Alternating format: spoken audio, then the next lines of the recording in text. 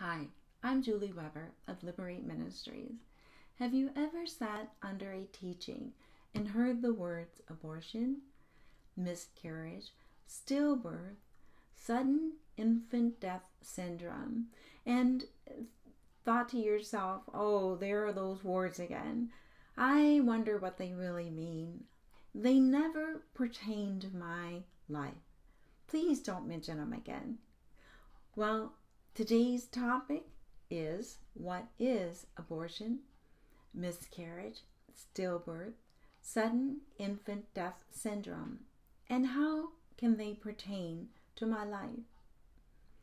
You can find the website links for each of these definitions attached to this video. The definition of abortion means, also called voluntary abortion, the removal of an embryo or fetus from the uterus in order to end a pregnancy. The definition of miscarriage means the expulsion of a fetus before it is viable, especially between the 3rd and 7th months of pregnancy. Spontaneous abortion. The definition of a stillbirth means the birth of a dead child or organism. The sudden infant death syndrome, also known as SIDS, refers to the unexpected, the unexplained death of a child less than 1 year old.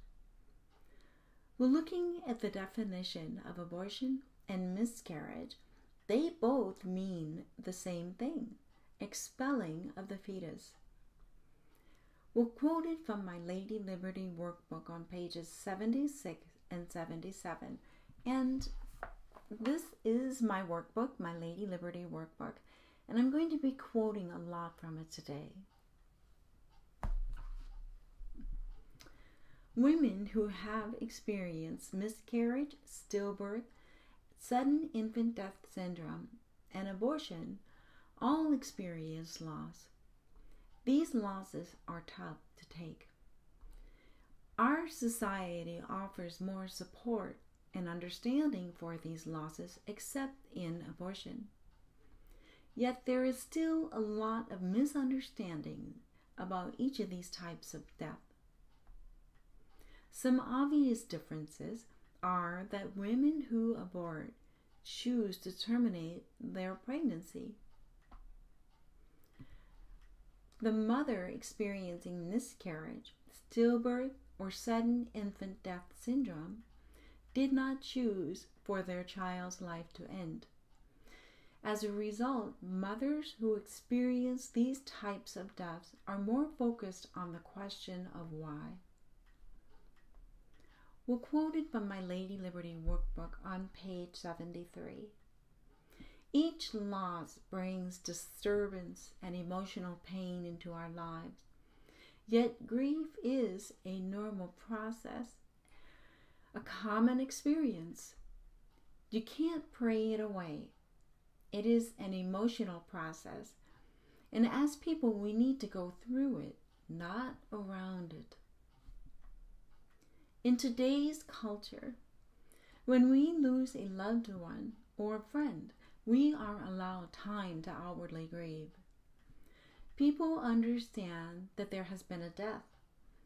It is acceptable for people to take funeral leave, vacation, and sometimes even an extended leave of absence following the death of someone close to them. The same is not true after you have had an abortion. Most often, people are not given time to outwardly grieve.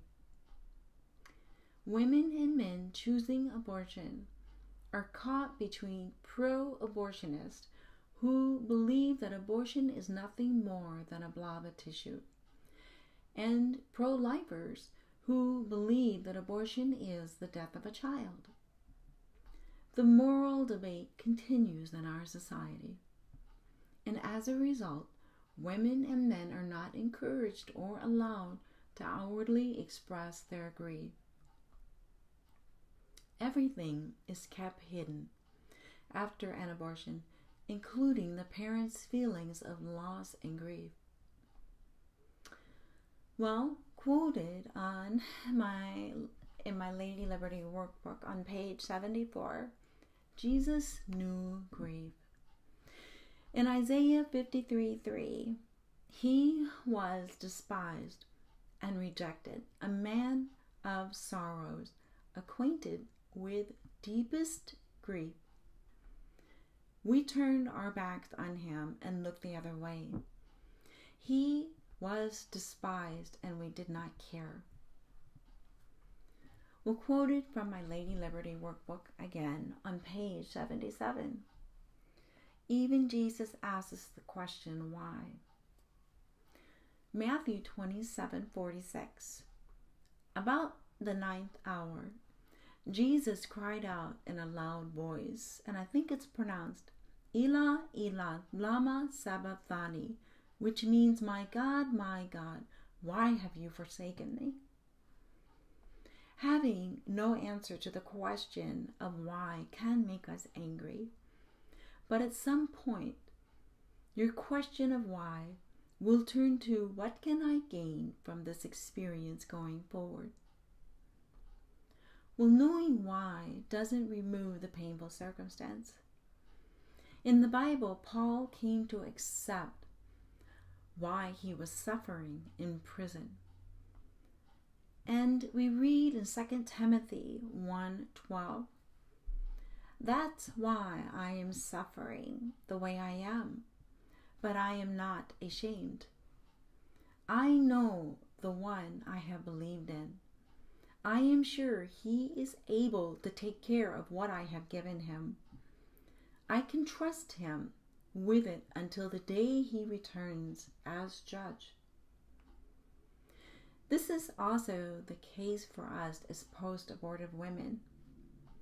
Knowing why we are suffering doesn't ease the hurt. It still hurts. However, knowing why may move us closer to acceptance of what we have to go through as a result of having the abortion.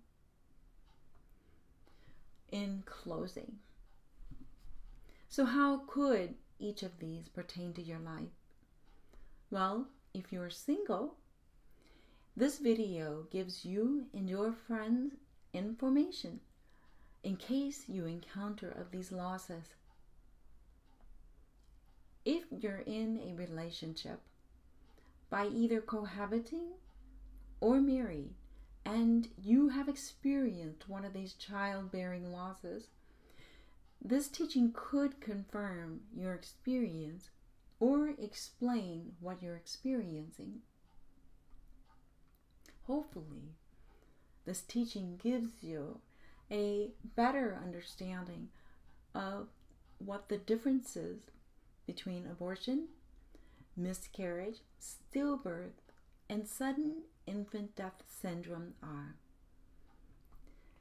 Well, thanks for watching. Live life liberated.